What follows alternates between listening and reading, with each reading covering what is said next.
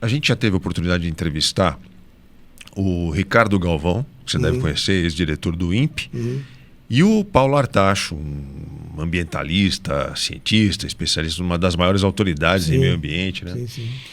E eu perguntei para os dois sobre como é que eles estavam vendo a situação da Amazônia, do desmatamento, enfim. E aí, para o Ricardo Galvão, a gente já teria ultrapassado aquele ponto de não retorno. O desmatamento na Amazônia atingiu um ponto em que não vai mais se recuperar. A floresta não se regenera mais a partir desse ponto. Nós já teríamos ultrapassado. Para o Paulo Artacho, ainda não. Mas estamos a caminho de, se nada for feito. Qual que é a tua opinião? A gente já desmatou demais a Amazônia? Já passamos desse ponto de não retorno? Sim? Não? Como é que você vê isso? Eu não sei exatamente. A gente já desmatou bastante, mas a floresta... Uma floresta com aquela biodiversidade, com aquela riqueza toda, é uma coisa preciosa para o mundo inteiro, né? Mas, assim, o mais crítico para nós é a questão do regime de chuvas, né? No centro-oeste e no sudeste, os nossos celeiros agrícolas. Porque o que acontece ali? Os ventos alísios, né, eles trazem a umidade do oceano ali para o Pará, né, para a costa do Pará, e ali precipita, formam chuvas, a floresta absorve e devolve a água. Então a floresta vai reciclando a umidade dentro de uma circulação que alguns chamam de monção sul-americana, uma circulação em que esses ventos vão até lá a cordilheira, dão a volta, né, batem na cordilheira, dão a volta e voltam pelo centro-oeste e pelo sudeste. E essa umidade só chega ao centro-oeste e ao sudeste porque a floresta está lá reciclando. No dia que não tiver mais a floresta, os grandes celeiros agrícolas e os lugares onde tem grandes cidades e reservatórios vão ficar com um regime de chuva seca muito comprometido. Seca muito severas. Maior, severas. Eles vão depender das frentes que sobem da região antártica, que também estão ficando mais espaçadas e com períodos de retenção mais ao sul, né, como a gente está vendo.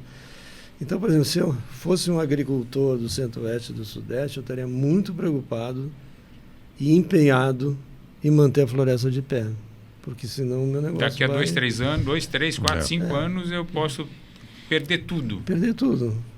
Porque 95% da agricultura brasileira depende de chuva. Sim.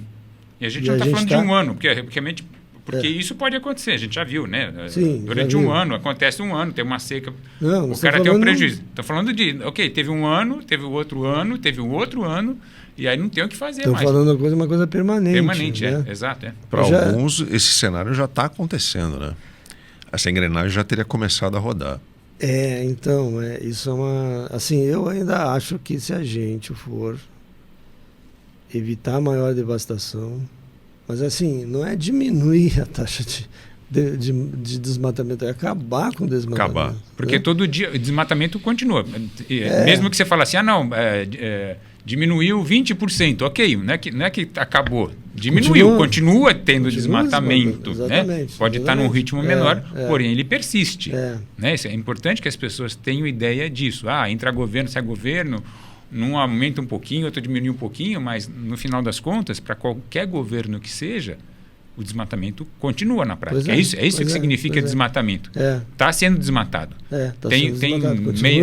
Tem um X número de maracanãs lá que estão sendo cortados todos os dias. Né? Isso não muda. A gente sempre critica, né, os políticos, o poder público, mas eu tive a oportunidade de, em 2022, trabalhar em campanhas políticas na região norte, em 3 estados.